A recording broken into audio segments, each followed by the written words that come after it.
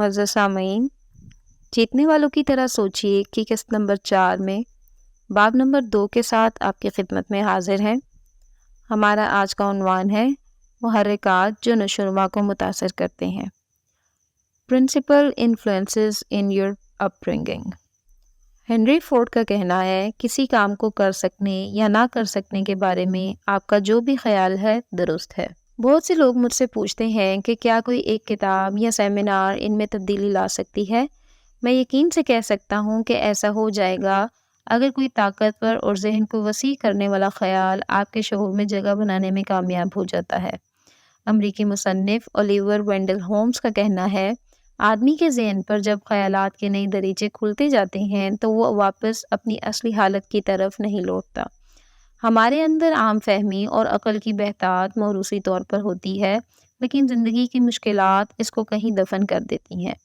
ہم اپنے ماحول اور پرورش کے طور طریقوں سے خود کو ایسی باتیں قبول کرنے پر بھی مجبور کر لیتے ہیں جن کا حقیقت میں کوئی وجود نہیں ہوتا۔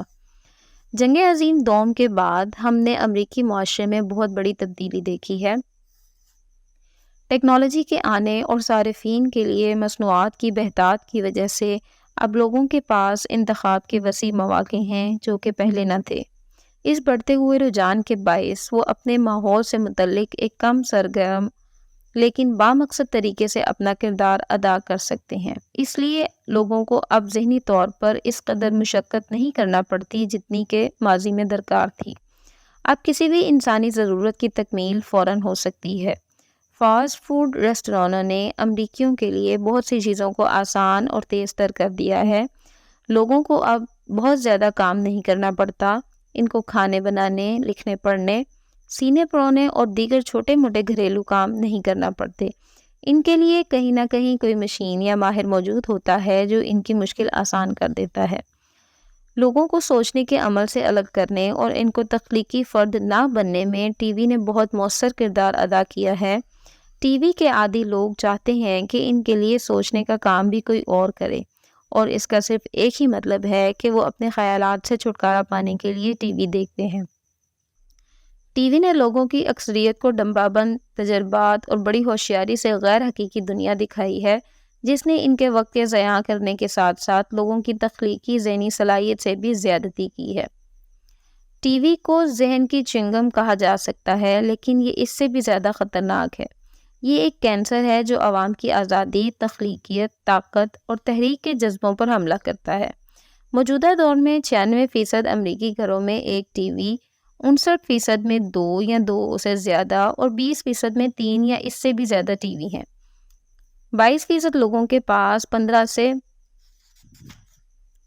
زیادہ چینل کی سہولت ہے اور 10% سے بھی کم لوگ باقاعدہ کتاب پڑھنے کے عادی ہیں۔ ہم اس کو پسند کریں یا نہ کریں، ٹی وی ہی معاشرے کے رول ماڈلز اور ان کے ذریعے معاشرے کی ترجیحات اور اقدار کا تعین کرتا ہے۔ انسانی مسائل کے حل کو سادہ انداز میں پیش کرنے کی کوشش کی جاتی ہے، جن میں عام طور پر تشدد کو ایک مؤثر اور قابل قبول چیز سمجھا جاتا ہے۔ جنس اور جنسی جذبات کی تسکین پر بھی زور دیا جاتا ہے۔ ہوس، نفرت، لالچ، انتقام اور جنسی تعلقات کو مختلف ڈراموں کی کہانیوں میں بڑی صفائی سے پیش کیا جاتا ہے۔ ٹی وی ایک غیر حقیقی اور جھوٹی دنیا کو ہمارے سامنے پیش کر کے ذہن کو بند کر دیتا ہے۔ ٹی وی ہمیں یہ یقین دلواتا ہے کہ ڈرامہ سیریز اور جرائم کی دنیا ہی بس دنیا ہے۔ پھر آپ اپنے معاشرے کے ایک مسخ شدہ شناخت قبول کرنے لگتے ہیں اور یہ لازمی طور پر آپ کے رویے اور سوچ کو بھی متاثر کرتی ہے۔ 1960 سے 1975 کے درمیان امریکہ میں ٹی وی ایک ثقافتی حقیقت کے طور پر ابھرا اور اس دور میں ریاضی اور زبان دانی کی صلاحیتوں میں واضح کمی دیکھنے میں آئی۔ ٹی وی سیکھنے کے قیمتی وقت کو ضائع کرتا ہے اور اپنے دیکھنے والوں کو نچلے درجے کے ایک مخصوص رجحان پر لے جاتا ہے۔ بہت کم ایسا ہوتا ہے کہ لوگوں کا معیار بلند کیا جائے اور ان کو کچھ حاصل کرنے کی ترغیب دی جائے۔ ماہرین نفسیات کا کہنا ہے کہ بچے 5 سے 6 سال کی عمر میں اپنے بنیادی خیالات، اقدار اور جینیاتی ورثے کی نشو و نما کرتے ہیں۔ بچے پیدائشی طور پر بہت قابل ہوتے ہیں۔ ان کی یہی قابلیت سائنس، موسیقی، کھیل، علم و ہنر یا فنون لطیفہ میں ہو سکتی ہے۔ بچوں کے پاس ایک قبول کرنے والا ذہن اور تحریک پذیر ماحول ہونا چاہیے تاکہ وہ اپنی اس ٹیلنٹ یا قابلیت کو استعمال کر سکیں۔ مناسب ماحول دریافت کی حوصلہ افزائی کرتا ہے اور لگن اور آگے بڑھنے کے جذبات کی نشوونما کرتا ہے۔ ٹی وی شاز ہی اس کی حوصلہ افزائی کرتا ہے۔ یہ بنیادی طور پر وقت ہی ضائع کرتا ہے۔ یہ قیمتی، محدود اور ناقابل واپسی وقت کو ضائع کرتا ہے۔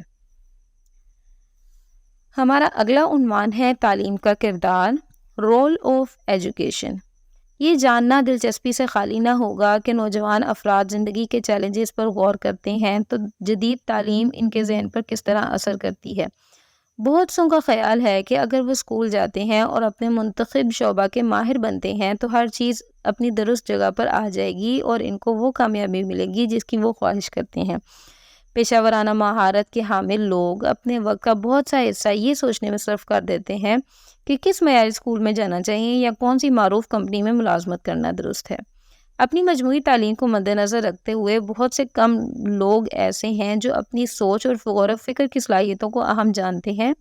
صرف ذہانت ہی نہیں کامیابی دلا سکتی، محنت اور مکمل وابستگی بھی اس کا جواب نہیں۔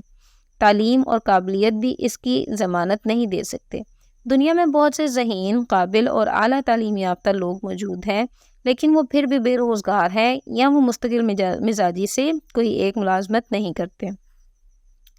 ایسا محسوس ہوتا ہے کہ سوچ کی اہمیت کو ہمارے معاشرے میں عموماً اور تعلیمی نظام میں خصوصاً کوئی زیادہ توجہ نہیں دی گئی۔ اب صورتحال تبدیل ہونا شروع ہوئی ہے۔ ترقی پسند ماہرین تعلیم نے سوچنے کے فن کے بارے میں دلچسپی لی ہے۔ سوچنا بذات خود ایک شعبہ ہے۔ یہ اس قابل ہے کہ اسے منظم کیا جائے، پڑھایا جائے، تجزیہ کیا جائے، بہتر بنایا جائے اور سیکھا جائے۔ سوچنے کا عمل ایک الگ شعبہ ہے جس کے نتیجے سنجیدہ اور عملی مطالعے کی ضرورت ہے، اور یہ موجودہ صدی کی بہت بڑی تعلیمی تبدیلی ہو سکتا ہے۔ ماہرین تعلیم کو ہمارے ماحول میں بڑھتی ہوئی تبدیلیوں اور اسی حساب سے بڑھتی ہوئی معلومات کو بھی نظر میں رکھنا چاہیے۔ دنیا میں معلومات کے ذخیرہ کی بنیاد 5 سال بعد 2 گنا ہو جاتی ہے۔ اس لیے اس کا واحد مقصد صرف معلومات نہیں ہو سکتا، کیونکہ معلومات تو لائبریریوں میں بھی موجود ہیں اور فلاپی ڈسک، USB اور CDs پر بھی دستیاب ہو سکتی ہیں، اور معلومات تو ہر شخص کے ارد گرد بھی پھیلی ہوئی ہیں۔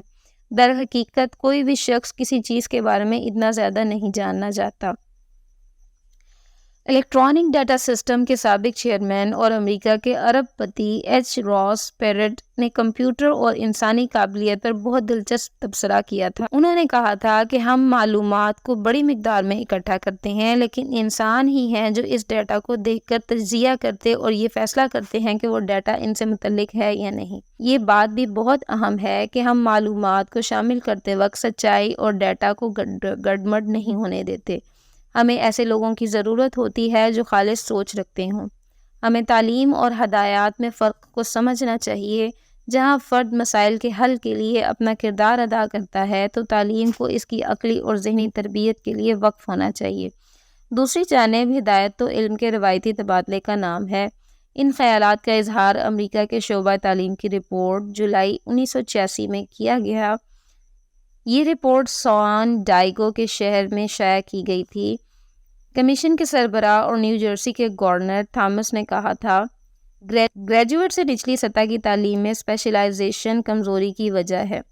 امریکہ کے کالج اسپیشلائزڈ افراد پیدا کر رہے ہیں جبکہ ضرورت عمدہ گریجویٹس کی ہے۔ کمپنیوں کے مالک ہمیں بتاتے ہیں کہ ایسے باریک بین اور ماہر افراد کی ضرورت ہے جنہیں ملازمت کی تربیت دی جا سکے۔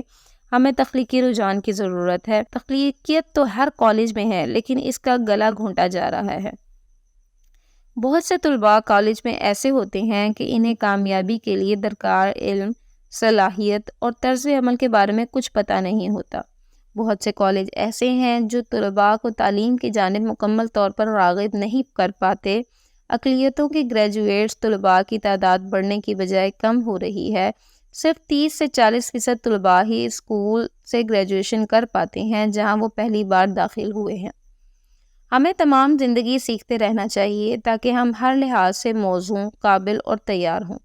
آج یہ تسلیم کیا جا رہا ہے کہ تعلیم ایک مسلسل عمل ہونا چاہیے۔ ہمیں تمام زندگی سیکھتے رہنا چاہیے تاکہ ہم ہر لحاظ سے موزوں، قابل اور تیار ہوں۔ تعلیم میں بالغاں کی کلاسز بھی ہونی چاہیے، اور ہفتے کے آخر میں اور شام کی کلاسز میں ورزش، کھانا کھانے، بنانے، تناؤ کم کرنے اور رویے کو بہتر بنانے کی تربیت دی جانی چاہیے۔ کورس ترتیب دینے، ماہرین تعلیم کی مدد اور رہنمائی کرنے کے لیے پروگرام ہونے چاہیے۔